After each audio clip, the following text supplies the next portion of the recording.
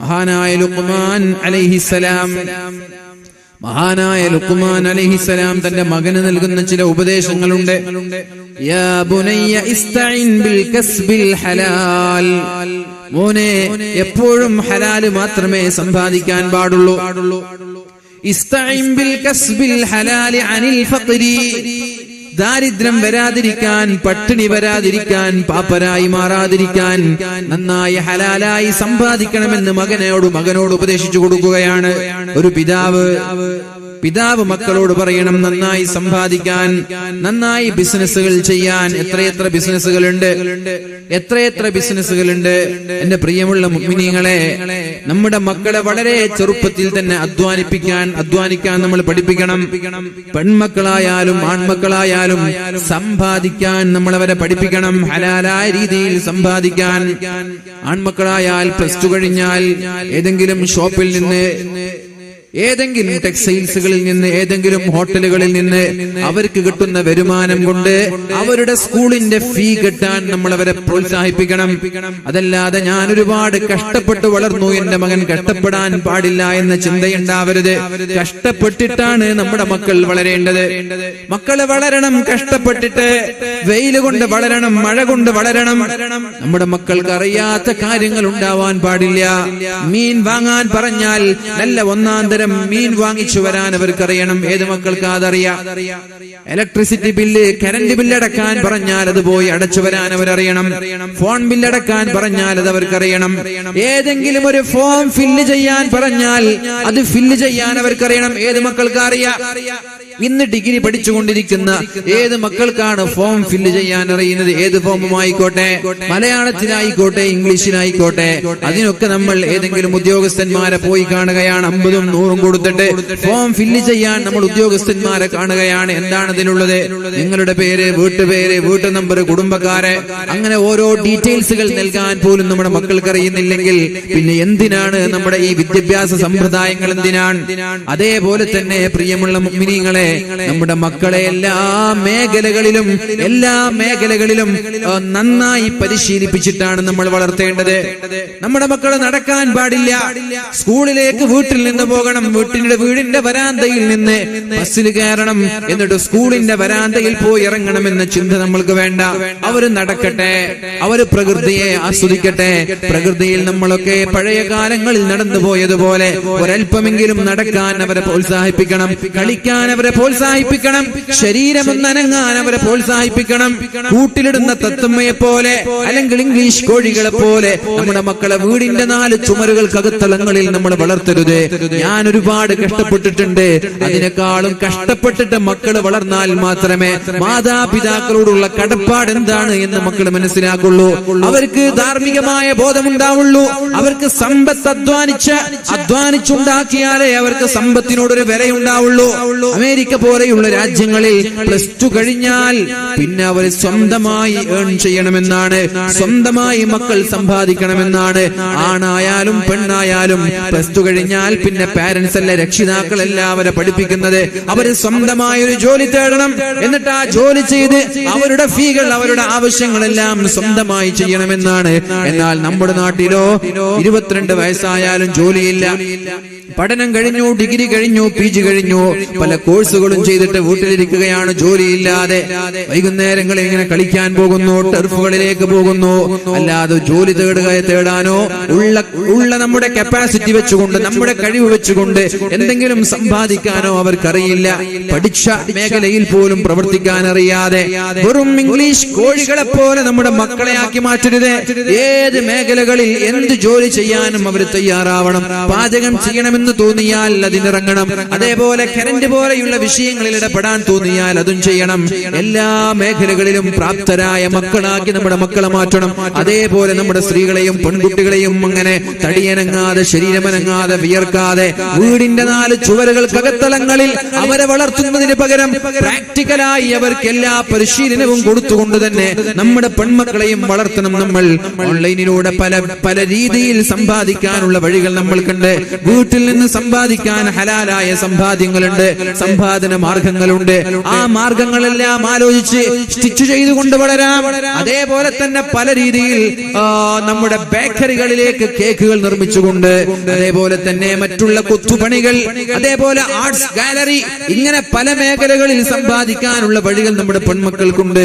അങ്ങനെ എല്ലാവരും, ഭാര്യയും ഭർത്താവും മക്കളും എല്ലാവരും ഏൺ ചെയ്യുമ്പോൾ, സമ്പാദിക്കുമ്പോൾ ജീവിതത്തിന്റെ വലിയൊരു പ്രാരാബ്ദം കുറഞ്ഞു വരികയാണ്, സ്ട്രെസ് കുറഞ്ഞു വരികയാണ്.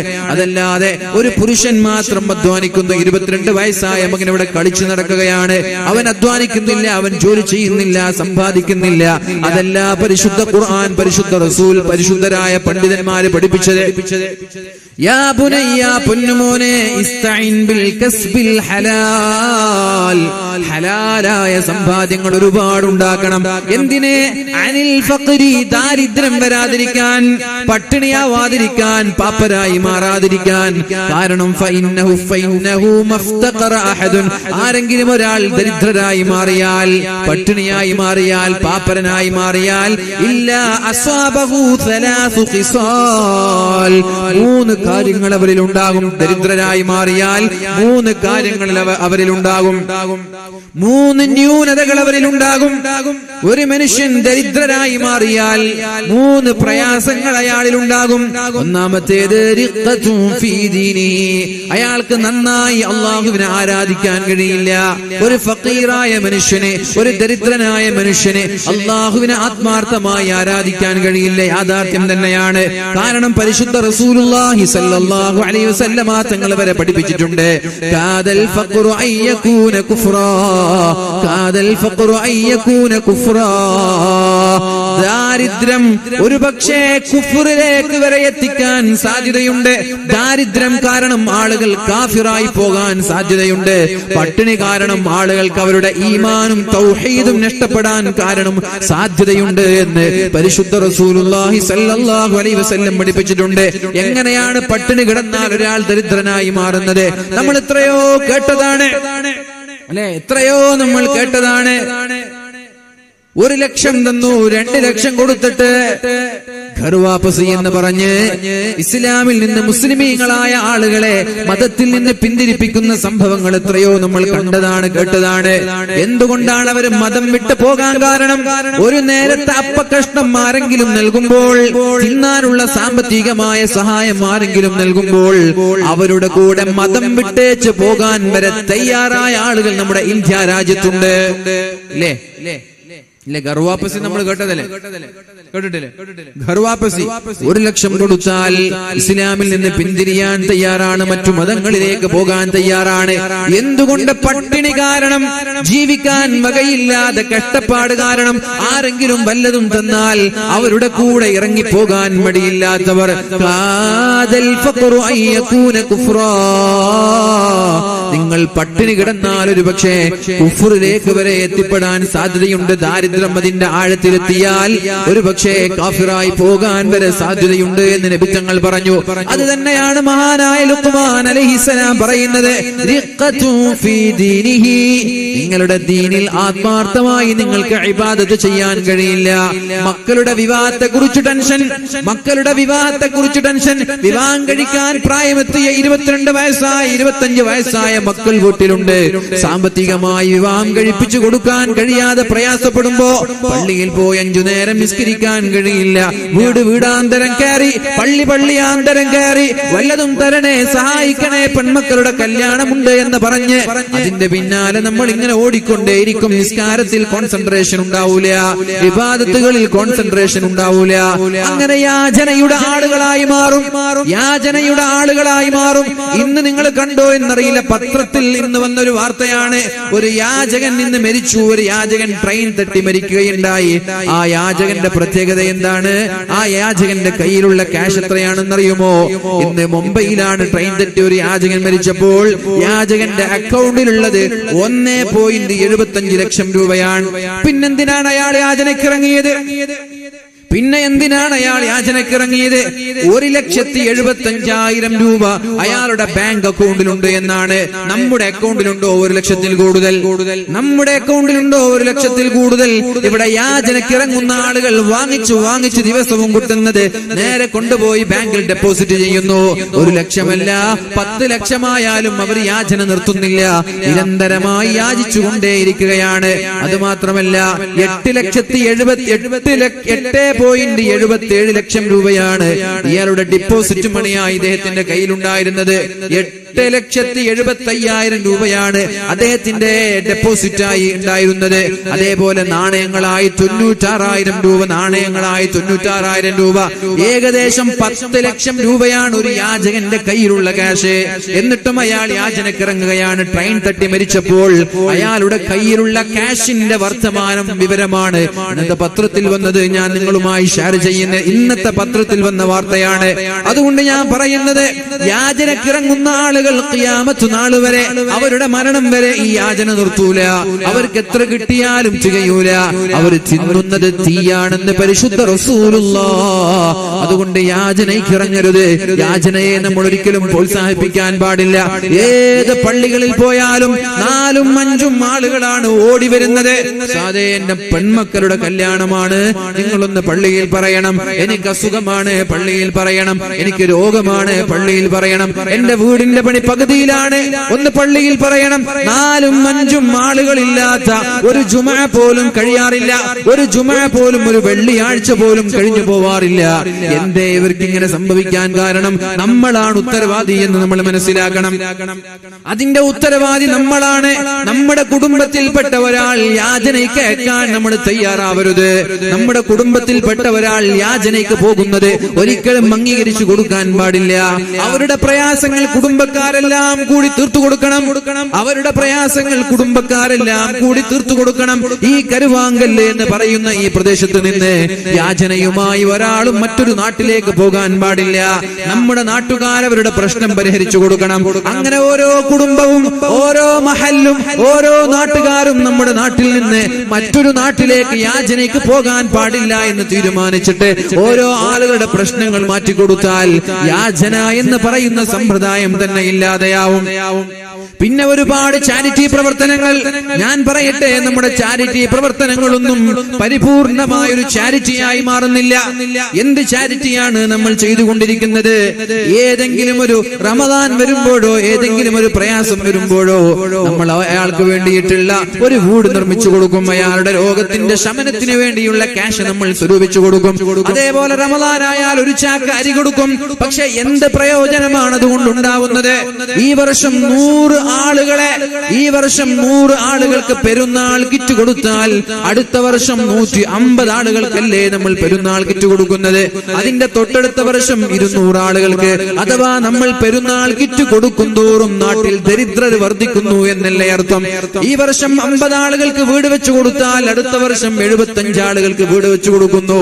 അതിന്റെ അർത്ഥം 25 ആളുകൾ കൊണ്ടും പാപ്പരായി, ദരിദ്രരായി എന്നല്ലേ? അപ്പൊ ഞാൻ പറയുന്നത്, നമ്മുടെ ചാരിറ്റി പ്രവർത്തനങ്ങളിൽ വളരെ പ്രധാനമായി നമ്മൾ ഉൾക്കൊള്ളിക്കേണ്ട ഒരു വിഷയം, അവർക്ക് എന്തെങ്കിലും ജോലി ചെയ്യാൻ നമ്മൾ അവരെ പ്രോത്സാഹിപ്പിക്കുക.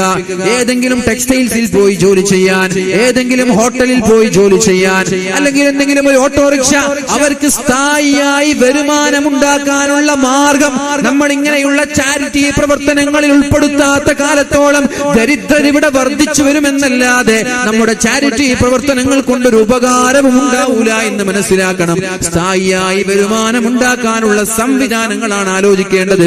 അല്ലാഹു റബ്ബ് സുബ്ഹാനഹു വ തആല തൗഫീഖ് നൽകട്ടെ. അല്ലാഹു തൗഫീഖ് നൽകട്ടെ. ഞാൻ പറഞ്ഞു വരുന്നത്, ദരിദ്രരായാൽ നിസ്കാരത്തിലും ഇബാദത്തിലും കോൺസെൻട്രേഷൻ ലഭിക്കൂല, ശ്രദ്ധ ലഭിക്കൂല, ഖുശൂഅ് ലഭിക്കൂല. പള്ളിക്ക് പോയാൽ ടെൻഷൻ എന്തായിരിക്കും? വീടിനെ കുറിച്ച്. പള്ളിക്ക് പോയാൽ ടെൻഷൻ വിവാഹത്തെ കുറിച്ച്, മക്കളെ കുറിച്ച്, രോഗത്തെ കുറിച്ച്. അതുകൊണ്ട് അങ്ങനെ ഒരു ദാരിദ്ര്യം വരാതിരിക്കാൻ വേണ്ടി വളരെ നന്നായി ഹലാലായ രീതിയിൽ സമ്പാദിക്കണമെന്ന് ആരാ പഠിപ്പിച്ചത്? മഹാനായ ലുഖ്മാൻ അലൈഹിസ്സലാം തന്റെ മകനോട് പറഞ്ഞു കൊടുക്കുകയാണ്. പിന്നെ പിന്നെ പറഞ്ഞു വദുഅഫു ഫീ അഖ്ലിഹി, ബുദ്ധി കുറഞ്ഞു വരുമെന്നാണ്. ദാരിദ്ര്യത്തിലേക്ക് നമ്മൾ വീഴുന്തോറും നമ്മുടെ ബുദ്ധി കുറഞ്ഞു വരുമെന്നാണ്. മൂന്നാമതായി പറഞ്ഞത് വദഹാബുൻ ഫീ മുറൂഅതിഹി, നമ്മുടെ മാന്യത നഷ്ടപ്പെടുമെന്നാണ്. ദാരിദ്ര്യത്തിന്റെ പടുകുഴിയിൽ അകപ്പെട്ടാൽ, നാലാളുകളുടെ മുമ്പിൽ കൈനീട്ടേണ്ടി വന്നാൽ നമ്മുടെ അന്തസ്സല്ലേ നഷ്ടപ്പെടുന്നത്, നമ്മുടെ മാന്യതയല്ലേ നഷ്ടപ്പെടുന്നത്. എന്റെ കുടുംബത്തിൽ നിന്നൊരാൾ ഏതെങ്കിലും ഒരു നാട്ടിൽ പോയി ബെഗ് ചെയ്യുന്നുണ്ട്, യാചിക്കുന്നുണ്ട് എന്നറിഞ്ഞാൽ നമ്മുടെ അന്തസ്സിനല്ലേ അത് ബാധിക്കുന്നത്. അതുകൊണ്ട് അങ്ങനെ ഒരു യാചനയിലേക്ക്, അങ്ങനെ ഒരു ദാരിദ്ര്യത്തിലേക്ക് അകപ്പെടാതിരിക്കാൻ നിങ്ങൾ നന്നായി കഠിനാധ്വാനം ചെയ്യണം. നന്നായി ഹലാലായ രീതിയിൽ ബിസിനസ് നടത്തണം, ഹലാലായ രീതിയിൽ ജോലി ചെയ്യണം, ഹലാലായ രീതിയിൽ സമ്പാദിക്കണമെന്ന് തന്റെ മകനോട് മഹാനായ ലുഖ്മാൻ അലൈഹിസ്സലാം പറഞ്ഞു കൊടുക്കുന്നുണ്ട്. അപ്പൊ സമ്പാദിക്കാൻ 30-40 വയസ്സാവണമെന്നില്ല, 15 വയസ്സായാൽ തുടങ്ങണം.